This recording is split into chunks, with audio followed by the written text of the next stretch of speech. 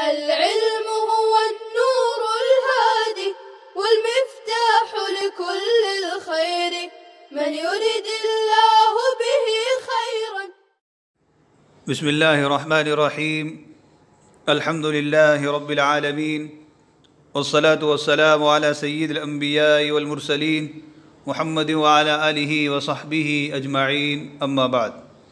محبان حبیب کبریاء، طالبان علوم نبوت، سیرت و خاتم النبیین صلی اللہ علیہ وسلم کا یہ 50واں سبق ہے، جس میں ہم غزوہ بنی قریظہ کے بارے میں پڑھنے کی کوشش کریں گے. جب نبی کریم صلی اللہ علیہ وآلہ وسلم مدینہ منورہ ہجرت فرما کر تشریف لائے تو مدینہ میں یہود کے 3 بڑے قبائل رہتے تھے: بنو النضیر، بنو قریظہ اور بنو قینقاع. رسول کریم صلی اللہ علیہ وسلم نے آ کر ان لوگوں کو اسلام کی دعوت دی تو اکثر نے اسلام لانے سے انکار کر دیا. تو آپ صلی اللہ علیہ وسلم نے ایک معاہدہ لکھوایا جسے میثاق مدینہ کے نام سے بھی جانا جاتا ہے، جس کی کچھ شکیں آگے آ رہی ہیں.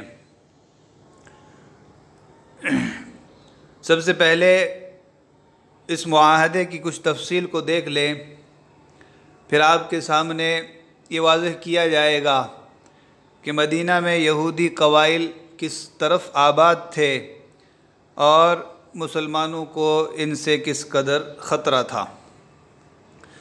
نقض بنی قریظہ العہد، بنو قریظہ کی عہد شکنی. العہد یہ نقض کا مفعول بھی ہے. نقض ینقض، نقض چاک کر دینا، توڑ دینا. کان رسول اللہ صلی اللہ علیہ وسلم لما قدم المدینہ كتب کتابا بین المہاجرین والانصار ودعا فیہ یہود وعاہدہم. جب نبی کریم صلی اللہ علیہ وسلم مدینہ تشریف لائے تو آپ نے مہاجرین اور انصار کے مابین ایک معاہدہ لکھوایا، ایک تحریر رقم فرمائی، جس میں یہود سے عہد و پیمان اور معاہدہ کیا. وعدع یوادع موادعۃ، ایک دوسرے سے وعدہ لینا، عہد و پیمان کرنا. واقرہم علی دینہم واموالہم، اور انہیں ان کے دین اور مال پر برقرار رکھا. وشرط لہم واشترط علیہ، اور ان کے لیے شرطیں مقرر فرمائی اور ان پر کچھ شرطیں عائد کی. وجاء فیہ، اور اس تحریر میں، اس دستاویز اور میثاق میں یہ عبارت بھی تھی ان بینہم النصر علی ما حارب اہل هذه الصحیفہ، کہ اہل مدینہ کے مابین ان لوگوں کے خلاف ایک دوسرے کی مدد کرنا لازم ہے جو اس صحیفہ والوں کے خلاف جنگ کرے. یہ حارا ہو گیا ہے، غلط ہے، حاربہ یا کی جگہ با ہے. تو جو اس صحیفہ والوں کے ساتھ جنگ کرے تو اہل مدینہ جتنے بھی ہیں، یہود بھی اور انصار و مہاجرین بھی، تو ان پر ایک دوسرے کی مدد کرنا لازم ہے. تو یہ اس میثاق کی ایک شک اور اس کا ایک بند ہے. وَأَنَّ بَيْنَهُمَ النُّصْحَ وَالنَّصِيحَةَ وَالْبِرَّ دُونَ الْإِثْمِ، اور ان کے مابین ایک دوسرے کی ہمدردی، خیرخواہی اور بھلائی ہے، نہ کہ گناہ. تو ایک دوسرے کے ساتھ بھلائی کا معاملہ کرنا ہے، گناہ کا معاملہ نہیں. نصح، نصیحت باب فتح سے مصدر ہے، بھلائی، خیرخواہی. نصیحت کی جمع نصائح. وَأَنَّ بَيْنَهُمَ النَّصْرَ عَلَى مَنْ دَهَمَ يَثْرِبَ، اور ان لوگوں کے مابین ایک دوسرے کی نصرت کرنا ہے ان لوگوں کے خلاف جو یثرب میں گھس آئیں، مدینہ پر اچانک دھاوا بول دے. دہم یدہم دہمن، اچانک گھس آنا، ہلہ بول دینا، دھاوا بول دینا. کہا جاتا ہے دہمت الشرطۃ بیتہ، پولیس بغیر کسی نوٹس کے اچانک اس کے گھر میں گھس آئی۔ تو میثاق مدینہ کے یہ چند بنود تھے، چند شکے تھی جو آپ کے سامنے پیش کی گئی۔ لیکن کیا ہوا؟ وَلَكِنَّ حُيَيَّ بْنَ أَخْطَبٍ الْيَهُودِيَّ سَيِّدَ بَنِي النَّضِيرِ نَجَحَ فِي حَمْلِ بَنِي قُرَيْظَةَ عَلَى نَقْضِ الْعَهْدِ وَمُمَالَأَةِ قُرَيْشٍ۔ لیکن حُيَيّ بن اخطب یہودی جو بنی نضیر کا سردار تھا، وہ بنو قریظہ کو عہد شکنی کرنے پر آمادہ کرنے میں کامیاب ہو گیا اور قریش کی مدد کرنے میں کامیاب ہو گیا۔ تو سب سے پہلے بنو نضیر نے عہد شکنی کی تھی، تو آپ صلی اللہ علیہ وسلم نے ان کو جلا وطن کیا تھا، جیسا کہ اس سے پہلے گزر چکا ہے، اور قرآن کریم میں سورہ حشر میں اسی قبیلہ بنی نضیر کی جلا وطنی کا تذکرہ ہے۔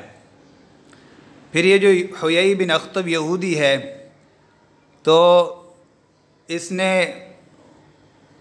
اپنے غصے کو، اپنی دشمنی کی آگ کو بجھانے کے لیے قریش سے ساز باز کی، غطفان سے ساز باز کی کہ وہ مدینہ پر حملہ آور ہوں، اور ادھر مدینہ کے اندر بنو قریظہ کو بھی اس بات پر آمادہ کیا کہ وہ عہد شکنی کریں اور اندر سے رسول اللہ صلی اللہ علیہ وسلم کے خلاف قریش کی مدد کریں۔ تو یہ حیی بن اخطب یہودی بنی نضیر کا سردار، اس نے قبیلہ بنی قریظہ کو عہد شکنی پر آمادہ کیا اور اس میں وہ کامیاب ہو گیا۔ ممالعت باب مفاعلت سے ہے، مالعا یمالئو ممالعتن و ملعن، مدد کرنا، مساعدت کرنا۔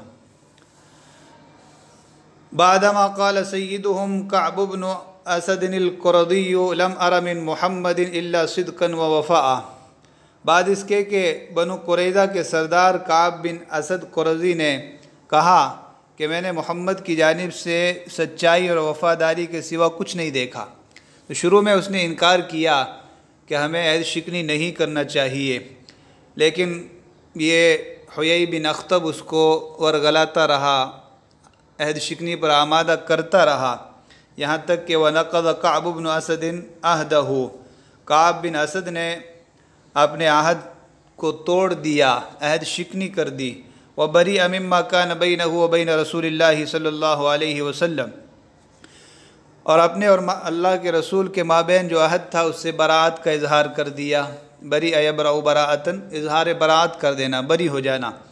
وَلَمَّا انْتَهَى إِلَى رَسُولِ اللَّهِ صلی اللہ علیہ وسلم خبر نقضهم للعہد، جب رسول اللہ صلی اللہ علیہ وسلم کو ان کی عہد شکنی کی خبر پہنچی، انتہا الی رسول اللہ خبر، انتہا کا فاعل ہے خبر نقضهم، عہد شکنی کی خبر پہنچی، بعث سعد بن معاذ سید الاوس وهم حلفاء بنی قریظہ وسعد بن عبادۃ سید الخزرج۔ تو آپ صلی اللہ علیہ وسلم نے سعد بن معاذ سید اوس کو بھیجا، اور اوس بنو قریظہ کے حلیف تھے، اور سعد بن عبادہ کو بھیجا جو کہ خزرج کے سردار ہیں۔ فوجداہم علی شر مما بلغہم عنہم، تو انہوں نے ان لوگوں کو جو خبر پہنچی تھی اس سے بھی زیادہ بری حالت میں پایا۔ فوجداہم تثنیہ وجدہ فوجداہم، تو ان دونوں نے ان لوگوں کو علی شر مما بلغہم عنہم، جو خبر پہنچی تھی اس سے بھی بری حالت میں پایا۔ وَنَالُوا مِن رسول اللہ صلی اللہ علیہ وسلم، ان لوگوں نے رسول اللہ صلی اللہ علیہ وسلم کو برا بلا کہا۔ نال من، کسی کی عزت و آبرو پر حملہ کرنا، برا بلا کہنا۔ وقالوا بر رسول اللہ، اور کہا کہ رسول اللہ کون ہوتے ہیں، بالکل بدل گئے اور کہا کہ اللہ کے رسول کون ہیں، ہم نہیں پہچانتے۔ لا عہد بیننا وبین محمد ولا عقد، ہمارے اور محمد کے درمیان کوئی عہد و پیمان نہیں ہے۔ وبدأوا فی الاستعداد للہجوم علی المسلمین، اور بنو قریظہ مسلمانوں کے خلاف حملہ کرنے کی تیاری کرنے لگے۔ یہ غزوہ احزاب سے پہلے کی بات ہے، جب کفار مکہ اور غطفان آ رہے تھے تو ادھر سے اندر سے یہ لوگ تیاری کر رہے تھے۔ ہجوم ہجم سے ہے، چڑھائی کرنا، دھاوا بولنا، حملہ کرنا۔ وَهَكَذَا حَاوَلُوا طَعْنَ جَيْشِ الْمُسْلِمِينَ مِنَ الْخَلْفِ، اس طرح انہوں نے پیچھے کی جانب سے مسلمانوں کے لشکر میں خنجر کھوپنے کی کوشش کی۔ طعن نیزہ مارنا، خنجر کھوپنا۔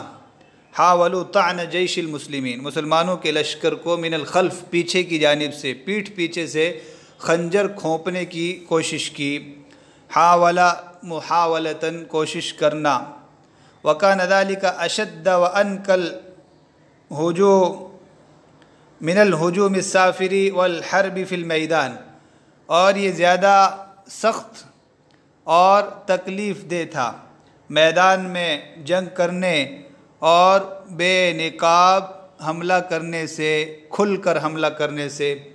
پیچھے سے خنجر کھونپنا اور اندر ہی اندر سے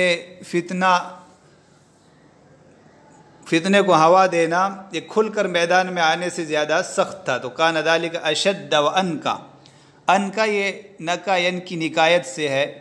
نکایت کا معنی قہر ڈھانا، ظلم کرنا، کسی سے انتقام لینا۔ آگے ہجوم سے پہلے من آ جائے گا، اشد وانکا من الہجوم السافر۔ الہجوم السافر کھل کر حملہ کرنا، بے نقاب ہو کر چڑھائی کرنا۔ الحرب فی المیدان، میدان میں جنگ کرنا۔ وذالک قولہ تعالی، اور یہی اللہ رب العزت کا یہ فرمان ہے، اذ جاؤکم من فوقکم ومن اسفل منکم، اوپر کی جانب سے اور نیچے کی جانب سے آ گئے۔ اب میں آپ کے سامنے ایک دو نقشے رکھ رہا ہوں جس سے آپ یہ سمجھ سکیں گے کہ یہود کے ان تینوں قبائل کا محل وقوع مدینہ میں کہاں تھا اور کس طرح یہ پیٹھ کے پیچھے سے خنجر کھونپنے کی تیاری کر رہے تھے۔ دیکھیں یہ ایک نقشہ ہے آپ کے سامنے۔ غزوہ خندق میں بھی آپ کو نقشے دکھائے گئے تھے جس سے آپ کو یہ پتہ چلا تھا کہ محل وقوع کہاں ہے۔ مدینہ کی شمالی جانب یہ خندق ہے، لکھا ہوا ہے موقع الخندق۔ نبی کریم صلی اللہ علیہ وسلم، مسجد رسول اللہ اور مسلمانوں کے گھر یہ درمیان میں ہے۔ بیچ میں ادھر ادھر بہت سے انصار اور مہاجرین کے محلے ہیں، اور پیچھے کی جانب دیکھیں یہ ہے بنو قریظہ، اور بنو قریظہ سے معان بعد منازل بنو قینقاع، اور ان سب کے پیچھے منازل بنی نذیر۔ تو بنو نذیر کے جو گھر ہیں، جو ان کے مکانات ہیں، وہ قبا سے آگے اور یہودیوں کے دوسرے قبائل سے پیچھے کی جانب ہیں۔ تو بنو نذیر کو جب جلا وطن کیا گیا تو ان کے سردار حیی بن اخطب نے انتقام لینے کے لیے قریش کو اور غطفان کو آمادہ کیا، اور پھر اندر سے بنو قریظہ کو آمادہ کیا۔ اب دیکھیں اس طرف سے خندق کے اس پار سے احزاب آئے ہیں، درمیان میں رسول اللہ صلی اللہ علیہ وسلم اور مہاجرین ہیں، تو پیچھے کی جانب یہ یہودیوں کے قبائل ہیں۔ تو اسی کو کہا گیا کہ پیٹھ کے پیچھے سے خنجر کھونپنے کی کوشش کرنا۔ سامنے سے میدان میں آ کر لڑنے والوں کے بالمقابل پیچھے سے ان کا اگر حملہ ہوتا تو اشد وانکا، یہ زیادہ خطرناک اور زیادہ تکلیف دہ ثابت ہو سکتا تھا۔ اسی طرح آپ یہ نقشہ بھی دیکھیں، اس میں بھی اسی بات کی وضاحت کی گئی ہے، علامات سے بتلایا گیا ہے۔ تو خندق کا محل وقوع بار بار آپ کو بتلایا گیا۔ خندق کے اس پار قوات قریش، قوات غطفان، پورے احزاب ہیں، اور ادھر اندر کی جانب دیکھیں بنو قریظہ، بنو قینقاع اور بنو نذیر، اور اس سے اس جانب قبا ہے، اور وہاں کنارے پر آپ کو اتم کعب بن اشرف یہودی کا جو قلعہ تھا وہ بھی دکھ رہا ہے۔ تو ان لوگوں نے پیچھے کی جانب سے مسلمانوں کی پیٹھ میں خنجر کھونپنے کی کوشش کی، جو بہت زیادہ نقصان دہ اور تکلیف دہ تھا۔ تو آپ صلی اللہ علیہ وسلم نے غزوہ خندق کے دنوں میں تو کچھ نہیں کہا، لیکن جب وہاں سے آپ صلی اللہ علیہ وسلم واپس مدینہ آئے تو پھر جبریل امین علیہ السلام نے آپ علیہ السلام کو بنو قریظہ کی طرف مارچ کرنے کا حکم دیا۔ اسی کا تذکرہ اب آگے آ رہا ہے۔ المسیر الی بنی قریظہ، بنو قریظہ کی طرف سفر، بنو قریظہ کی طرف مارچ یا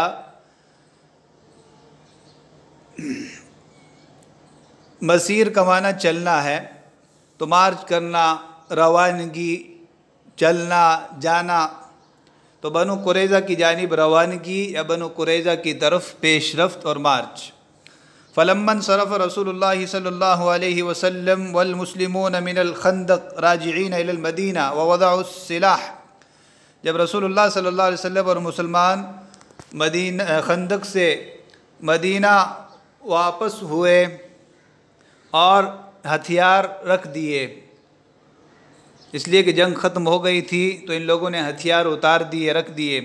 اتا جبریل وقال او قد وضعت السلاح یا رسول اللہ، تو جبریل امین علیہ السلام آئے اور کہا، اے اللہ کے رسول، کیا آپ نے ہتھیار رکھ دیے؟ او قد وضعت السلاح، کیا آپ نے ہتھیار رکھ دیے؟ قال نعم، آپ نے فرمایا ہاں۔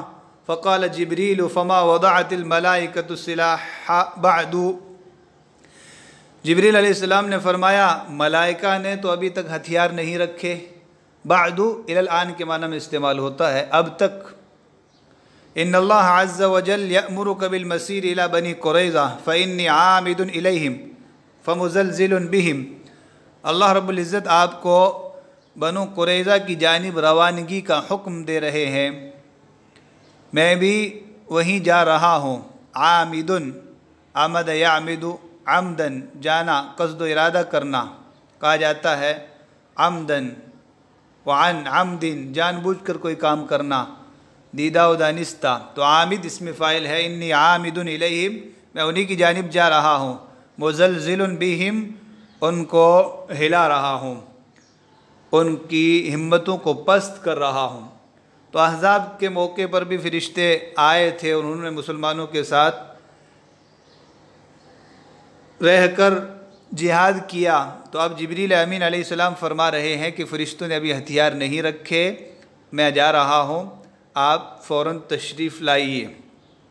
فامر رسول اللہ صلی اللہ علیہ وسلم مؤذنا فاذن فی الناس، رسول اللہ صلی اللہ علیہ وسلم نے اعلان کرنے والے کو حکم دیا تو اس نے لوگوں میں اعلان کیا، ان من کان سامعا مطیعا فلا یصلین العصر الا فی بنی قریظہ، جو شخص بھی سننے والا اور ماننے والا ہو وہ عصر کی نماز بنو قریظہ میں ہی پڑھے۔ ان من کان سامعا مطیعا، عجیب انداز ہے، کتنے پر لطف اور بہترین الفاظ میں اعلان کیا، جو سننے والا اور ماننے والا ہے تو عصر کی نماز نہ پڑھے مگر بنو قریظہ میں، یعنی فوراً بنو قریظہ کی طرف جانے کے لیے تیار ہو جائے۔ کافی فاصلے پر تھا یہ بنو قریظہ کا محلہ، تو عصر کی نماز وہاں جا کر پڑھے۔ تو صحابہ کرام کو راستے میں یہ جب عصر کا وقت ہوا تو اختلاف ہوا کہ عصر کی نماز پڑھنا ہے کہ نہیں ہے، تو بعضوں نے راستے میں ہی پڑھ لی اور کہا کہ اللہ کے رسول کا مقصد یہ تھا کہ جلدی چلو تاکہ عصر تک وہاں پہنچ جاؤ، اور بعضوں نے کہا کہ نہیں، اللہ کے رسول کا یہ کہنا تھا کہ کچھ بھی وقت ہو جائے عصر بنو قریظہ میں پڑھنا ہے۔ تو اسی کو کہتے ہیں نص فہمی میں اختلاف، جو ائمہ کے مابین کسی مسئلے میں اختلاف ہوتا ہے تو اس کی نوعیت یہی ہوتی ہے جو صحابہ کرام کو یہاں پیش آئی۔ بہرحال یہاں پر ضمناً بتلایا گیا۔ تو یہ اعلان ہوا، وَنَزَلَ رسول اللہ صلی اللہ علیہ وسلم ببنی قریظہ، رسول اللہ صلی اللہ علیہ وسلم بھی بنی قریظہ کے پاس جا اترے۔ فحاصرهم 25 لیلۃ، 25 دنوں تک ان کا محاصرہ کیا۔ رات بول کر دن بھی مراد لے لی جاتی ہے، اس لیے کہ رات مقدم ہوتی ہے، آنے والے دن کی رات پہلے ہوتی ہے۔ تو رات بول کر دن بھی مراد 25 دنوں تک محاصرہ کیا، حتیٰ جہدہم الحصار، یہاں تک کہ اس محاصرے نے ان کو مشقت میں ڈال دیا، عاجز کر دیا۔ وقذف اللہ فی قلوبہم الرعب، اور اللہ نے ان کے دلوں میں رعب ڈال دیا۔ اتی لسعد الا تأخذہ فی اللہ لومۃ لائم، سعد کے لیے وہ وقت آ گیا ہے کہ اللہ کے راستے میں اللہ کی خاطر کسی ملامت کرنے والے کی ملامت ان پر اثر انداز نہ ہو۔ ایک عنوان ہے، پورا سبق پڑھنے کے بعد آپ کو پتہ چلے گا کہ اس عنوان کا کیا مطلب ہے۔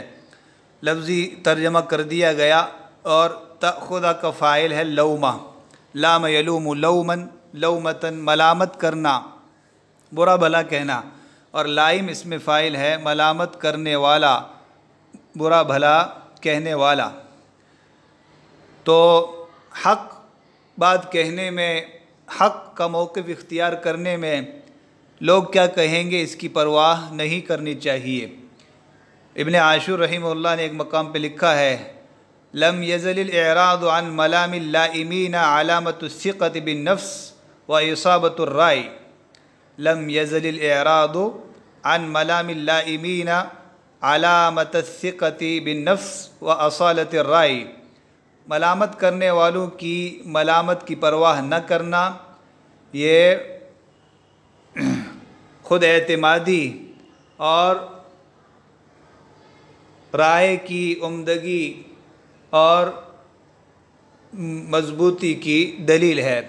تو جو شخص اپنے آپ پر پر اعتماد ہو کہ میں حق راستہ اپنا رہا ہوں، اپنی رائے پر اس کو اعتماد اور بھروسہ ہو، تو ملامت کرنے والوں کی ملامت کی کوئی پرواہ نہیں کرتا۔ وَنَزَلَ بَنُو قُرَيْظَةَ عَلَى حُكْمِ رسول اللہ صلی اللہ علیہ وسلم فشفعت لهم الأوس وكانوا مواليهم دون الخزرج، بنو قریظہ رسول اللہ صلی اللہ علیہ وسلم کے حکم پر اتر آئے، اوس نے ان کے لیے سفارش کی اور وہ ان کے حلیف تھے نہ کہ خزرج۔ تو جب 25 دنوں کا حصار ہو گیا، محاصرہ ہو گیا، بندش ہو گئی، تو مجبور ہو کر ان کو نیچے اترنا پڑا۔ تو انصار کے جو دو قبیلے تھے، اوس اور خزرج، تو اوس ان کے حلیف تھے، ان کے موالی تھے، تو انہوں نے سفارش کی کہ ان کو معاف کر دیا جائے۔ تو رسول اللہ صلی اللہ علیہ وسلم نے فرمایا، الا ترضون یا معاشر الاوس ان یحکم فیہم رجل منکم، اے قبیلہ اوس، کیا تم اس بات پر راضی نہیں ہو کہ ان کے بارے میں تم ہی میں سے ایک شخص فیصلہ کرے؟ تو یہ رسول اللہ صلی اللہ علیہ وسلم کی مدبرانہ تجویز تھی کہ آپ صلی اللہ علیہ وسلم نے خود فیصلہ نہیں فرمایا، بلکہ انہی میں سے ایک آدمی کے فیصلے پر چھوڑ دیا۔ حکم یحکم، حکم فیصلہ کرنا۔ قالوا بلا، تو انہوں نے کہا کہ کیوں نہیں اللہ کے رسول، ہم راضی ہیں۔ قال رسول اللہ صلی اللہ علیہ وسلم فذاک الی سعد بن معاذ، تو رسول اللہ صلی اللہ علیہ وسلم نے فرمایا تو یہ فیصلہ سعد بن معاذ رضی اللہ عنہ کے حوالے ہے۔ پیچھے آپ کو بتلا دیا گیا تھا کہ حضرت سعد بن معاذ رضی اللہ عنہ کی بازو میں ایک رگ زخمی ہوئی تھی، اکحل، تو انہوں نے جو دعا کی تھی کہ بنو قریظہ کے بارے میں جب تک میری آنکھیں ٹھنڈی نہ ہو جائیں تب تک مجھے موت مت دینا۔ تو حضرت سعد وہی مدینہ میں تھے، تو ان کو بلوایا گیا، گھوڑے پر سوار ہو کر حضرت سعد رضی اللہ عنہ تشریف لائے۔ فَأُرْسِلَ إِلَيْهِ فَلَمَّا جَاءَ إِلَيْهِ، تو حضرت سعد بن معاذ کو بلوایا گیا۔ جب حضرت سعد بن معاذ آئے، قال له بنو قبیلته یا ابا عمرو احسن فی موالیک، تو ان کے قبیلے کے لوگوں نے کہا، اے ابو عمرو، اپنے موالی، اپنے حلفاء اور اپنے حلیفوں کے ساتھ اچھا سلوک کرنا، ان کے بارے میں اچھا فیصلہ کرنا۔ یعنی حضرت سعد بن معاذ رضی اللہ عنہ کا جو قبیلہ تھا اوس، انہوں نے کہا کہ یہ لوگ ہمارے حلیف ہیں، موالی ہیں، تو ان کے بارے میں کوئی اچھا فیصلہ کرنا۔ فإن رسول اللہ صلی اللہ علیہ وسلم انما ولا كذلك لتحسن فیہم، اس لیے کہ رسول اللہ صلی اللہ علیہ وسلم نے یہ فیصلہ تمہیں اس لیے سونپا ہے کہ تم ان کے بارے میں کوئی اچھا فیصلہ کرو، احسان کرو، واللہ کذالک، فیصلہ کرنے کی ذمہ داری آپ کو اس لیے دی ہے۔ فلما اکثروا علیہ، جب ان لوگوں نے حضرت صاحب رضی اللہ عنہ پر بہت زیادہ اصرار کیا، ان کو بہت زیادہ مجبور کیا، قال، تو حضرت سعد نے فرمایا، لقد اتی لسعد الا تأخذہ فی اللہ لومۃ لائم، سعد کے لیے وقت آ گیا ہے کہ اللہ کی خاطر کسی ملامت کرنے والے کی ملامت کی وہ پرواہ نہ کرے۔ یعنی تم مجھے مجبور کر رہے ہو کہ میں انہیں کے ساتھ احسان کروں، انہیں معاف کر دوں، لیکن نہیں، مجھے وہ فیصلہ کرنا ہے جو اللہ کو منظور ہو۔ تم مجھے برا بھلا کہو، ملامت کرو، مجھے اس کی کوئی پرواہ نہیں ہے۔ تو یہ ہے وہ عنوان، لقد اتی لسعد الا تأخذہ فی اللہ لومۃ لائم، سعد کے لیے ابھی تو وقت آیا ہے کہ اللہ کی خاطر فیصلہ کرنے میں انہیں کسی ملامت کرنے والے کی ملامت نہ پکڑے، ملامت کی پرواہ نہ ہو۔ قال سعد، حضرت سعد نے فرمایا، فإنی احکم فیہم ان تقتل الرجال وتقسم الاموال وتسبى الذراری والنساء۔ سعد نے فرمایا، میرا ان کے بارے میں یہ فیصلہ ہے کہ مردوں کو قتل کر دیا جائے، مالوں کو تقسیم کر دیا جائے، اور بچوں اور عورتوں کو قید کر لیا جائے۔ تو یہ فیصلہ ہوا، جبکہ اوس یہ فیصلہ نہیں چاہتے تھے، لیکن سعد نے کسی کی پرواہ کیے بغیر وہ فیصلہ کیا جو خدا اور رسول صلی اللہ علیہ وسلم کو منظور تھا۔ سبا یسبی، سبین قید کرنا، اسی سے مجہول ہے تسبا۔ ذرادی ذریہ کی جمع ہے، بچوں، اولاد۔ قال رسول اللہ صلی اللہ علیہ وسلم، لقد حکمت فیہم بحکم اللہ، تو رسول اللہ صلی اللہ علیہ وسلم نے فرمایا، یقیناً تم نے ان کے بارے میں اللہ کا حکم کے مطابق فیصلہ کیا ہے، وہ فیصلہ کیا ہے جو اللہ کو منظور تھا۔ وقد وافق ذلك قانون الحرب فی شریعت بنی اسرائیل، حضرت سعد کا یہ فیصلہ بنی اسرائیل کی شریعت میں جنگی قانون کے موافق ہوا۔ قانون، قوانین، قاعدہ، آئین۔ تو بنی اسرائیل کی شریعت میں جنگ کا یہی قانون تھا کہ جنگجو لوگوں کے مردوں کو قتل کر دیا جائے اور عورتوں اور بچوں کو قید کر دیا جائے۔ تو یہی کہا کہ وقد وافق ذالک یعنی حکم سعد کا یہ فیصلہ بنی اسرائیل کی شریعت میں جنگی قانون، جنگ کے آئین کے موافق ہوا۔ ووافق ما جاء فی التورات، اور تورات میں جو حکم آیا ہے اس کے موافق تھا۔ ونفذ فی بنی قریظہ حکم سعد بن معاذ، بنو قریظہ میں سعد بن معاذ کا حکم نافذ ہو گیا۔ نفذ ينفذ نفوذا ونفاذا، حکم جاری ہونا، نافذ ہونا، حکم چلنا، اور نفذ تنفیذ، نافذ کرنا۔ تو مجرد میں باب نصر سے لازم ہے اور تفعیل میں متعدی ہے۔ تنفیذ، نفاذ، عملی اجرا، اللجنۃ التنفیذیہ، مجلس عاملہ، ورکنگ کمیٹی، الہیئۃ التنفیذیہ، انتظامی بورڈ۔